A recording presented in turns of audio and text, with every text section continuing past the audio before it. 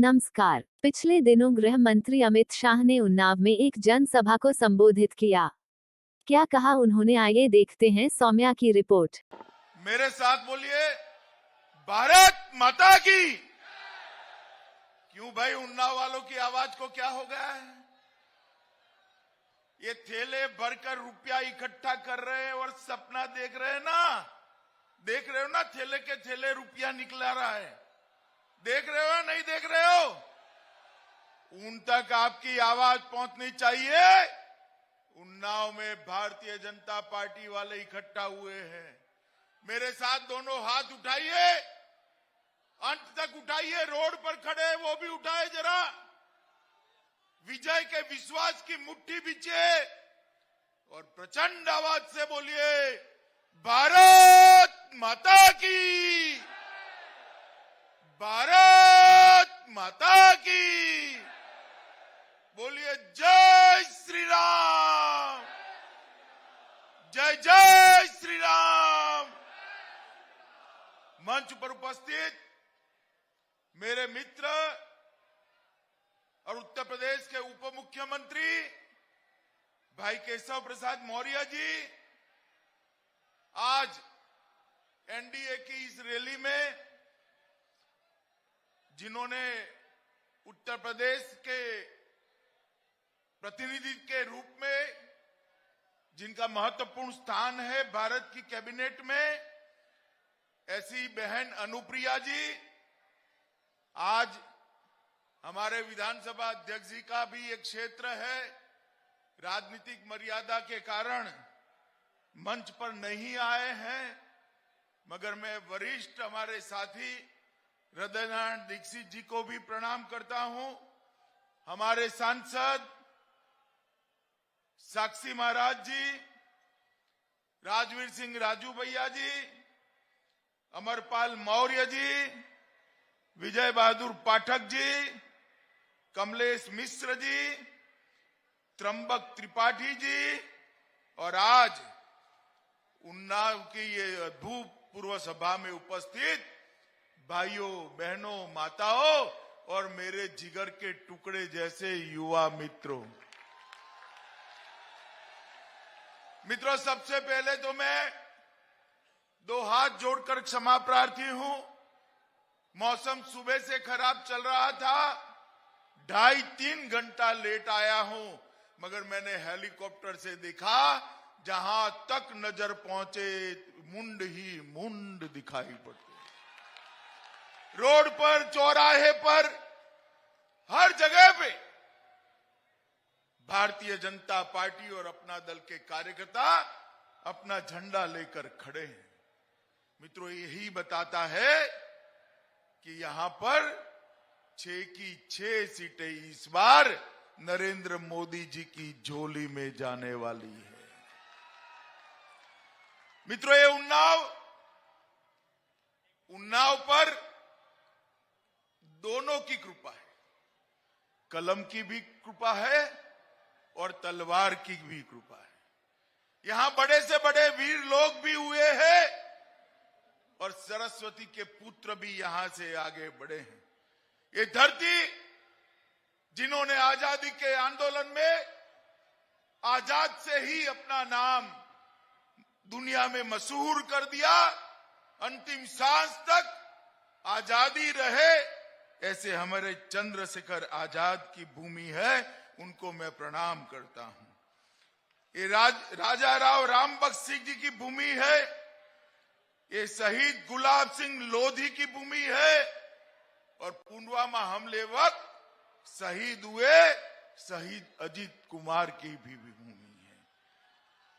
यहां पर महान कवि और लेखक सूर्यकांत त्रिपाठी निराला जी, पंडित प्रताप नारायण मिश्र जी, भगवती चरण वर्मा जी, आचार्य नंद दुलारे वाजपेयी जी, ये सभी यहां से ही देश और दुनिया को अपनी साहित्य की सौगात दी।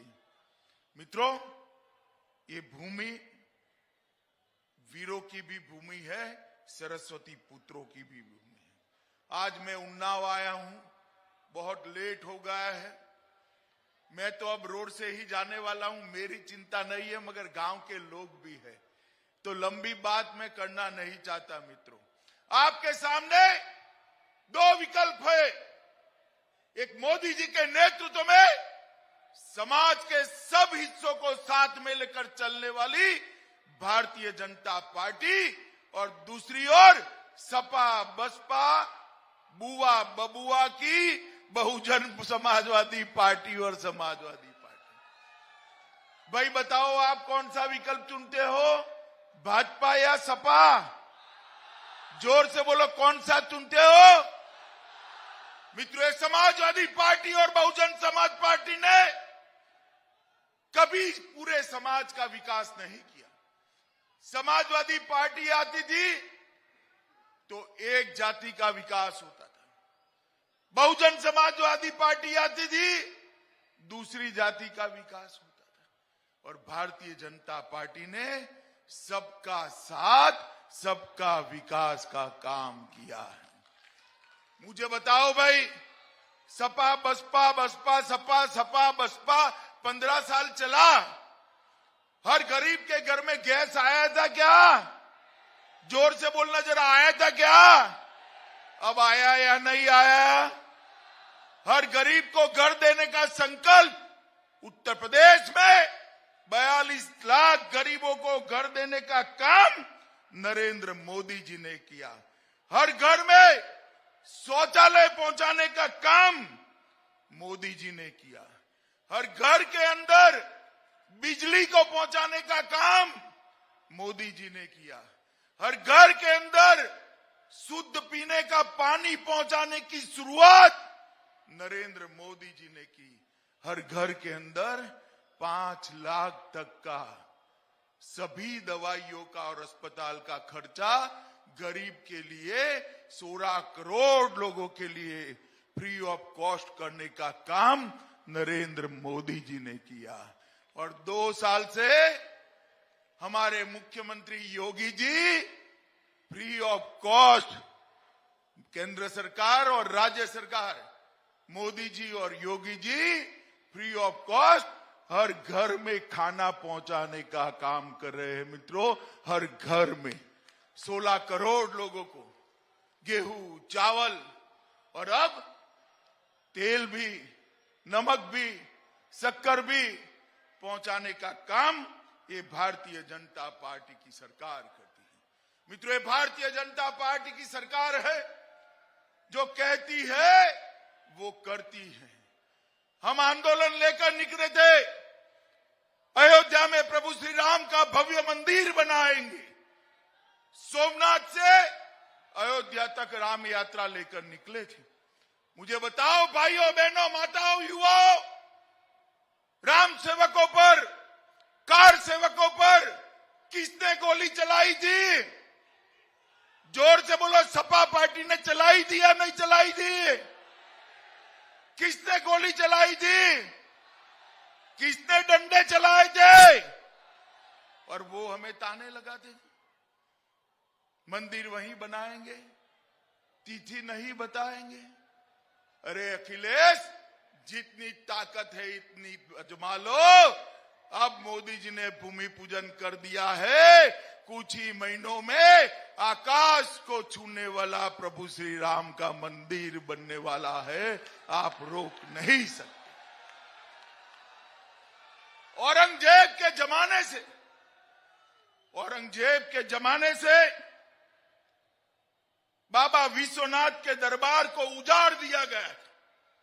वहां जाते थे, श्रद्धा थी, ज्योतिर्लिंग है, देश और दुनिया के लोग जाते थे, मन मसोक कर बैठ जाते थे, मन मसोक कर बैठ। दुख होता था कि बाबा सुने सुने बैठे हैं।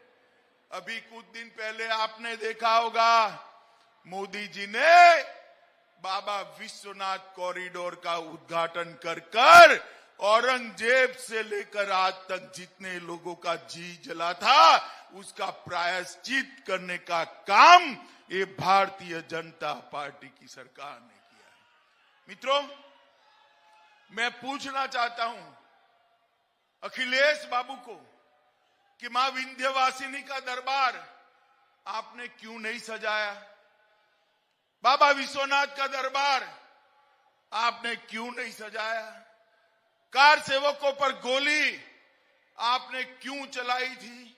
उत्तर प्रदेश की जनता इसका जवाब भी मांगती है, इसका हिसाब भी मांगती है। ये उत्तर प्रदेश के अंदर माफिया राज हो गया।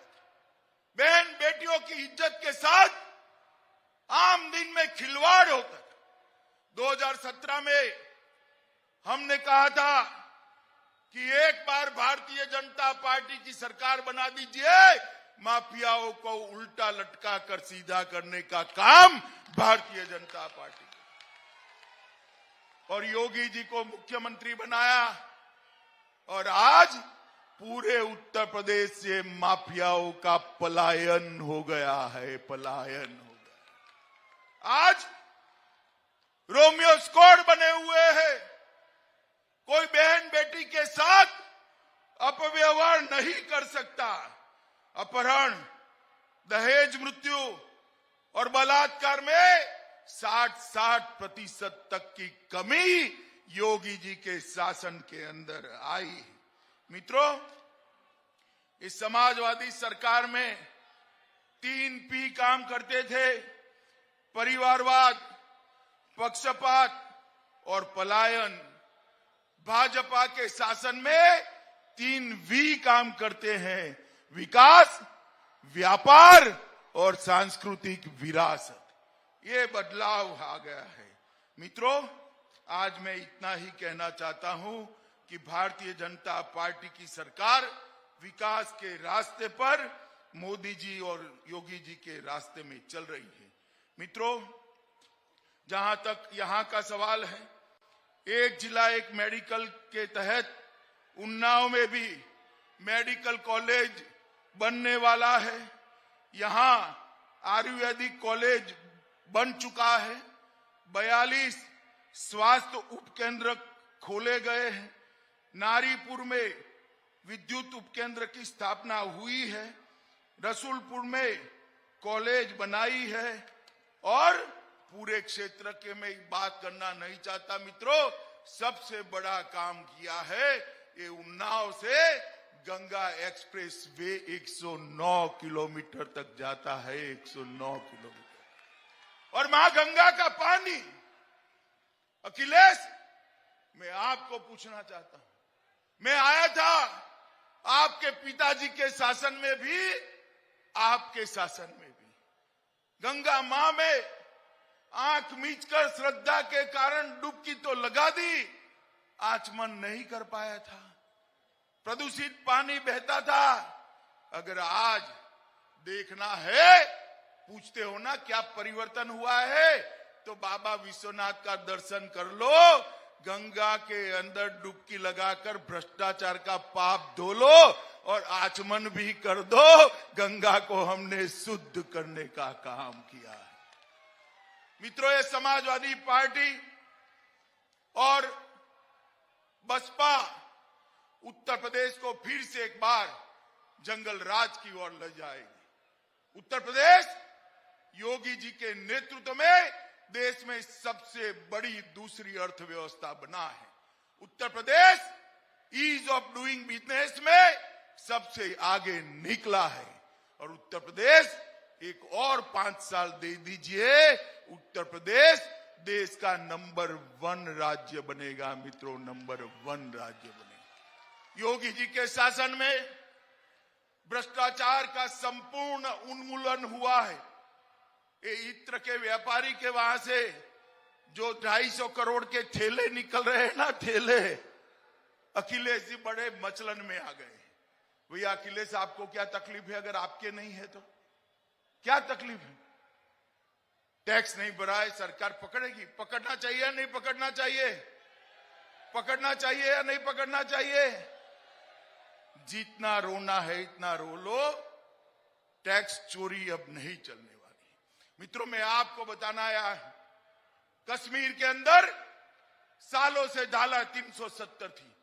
मुझे बताओ उन्नाव वालों, धारा 370 हटनी चाहिए थी या नहीं हटनी चाहिए थी?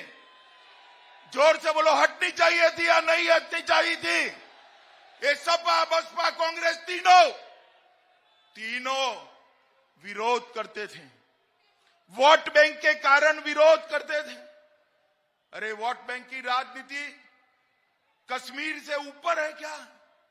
वो उस वक्त भी रो रहे थे, मगर मोदी जी ने 5 अगस्त 2019 को धारा 370 को समाप्त कर दिया मित्रों, समाप्त। और आज कश्मीर हमारा भारत का अभिन्न अंग बना है। मोदी जी ने पूरी दुनिया में भारत का सम्मान बढ़ाया है, भारत को सुरक्षित किया है, भारत को समृद्ध किया है। नई शिक्षा नीति देकर भारत को शिक्षित और संस्कारित कर रहे हैं। ये यात्रा को जारी रखनी है। योगी जी के नेतृत्व में उत्तर प्रदेश का चहुमुखी विकास हुआ है, ये यात्रा को जारी रखनी है। बहुत देर हो गई है मित्रों, मैं ज्यादा बोलना नहीं चाहता। मैं आपको पूछना चाहता हूं, उन्नाव की 6 सीटें जिताएंगे क्या? जरा जोर से बोलो, जिताएंगे? भारतीय जनता पार्टी की सरकार बनाएंगे? 300 पार वाली सरकार बनाएंगे? योगी जी के हाथ मजबूत करेंगे? मोदी जी के हाथ मजबूत करेंगे? तो मेरे साथ दोनों हाथ उठाइए, उठाइए दोनों हाथ, विजय के विश्वास की मुट्ठी भींचिए और मेरे साथ बोलिए, जय श्री राम।